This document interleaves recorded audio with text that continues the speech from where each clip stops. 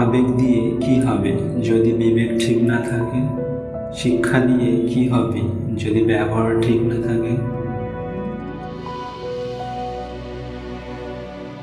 যার সাথে রাগ করে আপনি বেশিক্ষণ থাকতে পারবেন না, দেখবেন তার সাথেই বেশি রাগারাগি হয়। সব সময় না বলতে শিখুন তাদের কাছে যারা কোনো কিছুর দাম দিতে জানে না। যখন অনুভব করবেন কারো কাছে আপনি বিরক্তিকর হয়ে যাচ্ছেন, তখন নিজের থেকে সরে আসবেন। এটা আপনার দায়িত্ব। রাগ কমাতে শিখুন, না হলে অনেক ভালো ভালো সম্পর্ক খুব সহজেই নষ্ট হয়ে যাবে।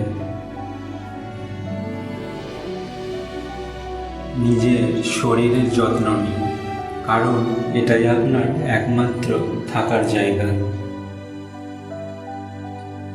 জীবনটা খুব ছোট, রাগ অভিমান করে সময় নষ্ট না করে নিজেকে ভালোবাসুন আর হাসি খুশি থাকুন।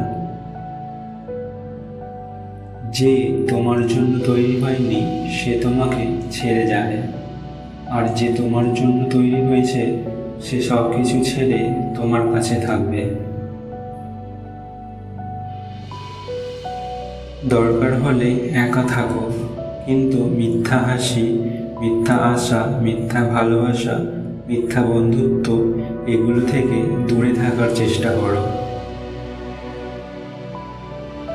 যাকে পাওনি তাকে নিয়ে আফসোস করো না।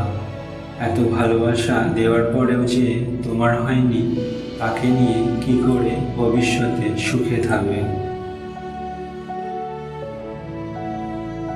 জীবন থেকে পালিয়ে যাওয়া খুব সহজ, কিন্তু কঠিন হলো জীবনের সাথে লড়াই করে বেঁচে থাকা। নিষ্ঠুর তাকেই বলে যে ভালোবাসার মানুষটিকে কাঁদতে দেখেও ছেড়ে চলে যায়। একটি মানুষের দুটি গল্প থাকে, একটা সে সবাইকে শোনায়, অন্যটা সে সবার থেকে লুকায়। কথা এমন একটা জিনিস যেটা দিয়ে কাউকে ভালো রাখা যায়, আবার কাউকে খারাপ করে দেওয়াও যায়। যে বিশ্বাস করে সে কখনো সন্দেহ করে না, আর যে সন্দেহ করে সে কখনো টাইম পাস করে না। আপনার ছোট ছোট অভিমানগুলোকে যে মানুষটা রাগ বলে ধরে নেয়, সে আপনার বুকের পাঁজর ভাঙার কষ্ট যন্ত্রণার কথা কখনোই বুঝবে না। কারো খারাপ সময় চললে তাকে কখনো মজা করবেন না, বরং তাকে সাহায্য করুন। সে আপনাকে কোনোদিনও ভুলতে পারবে না, কারণ আপনি তার বিপদের দিনে পাশে দাঁড়িয়েছেন।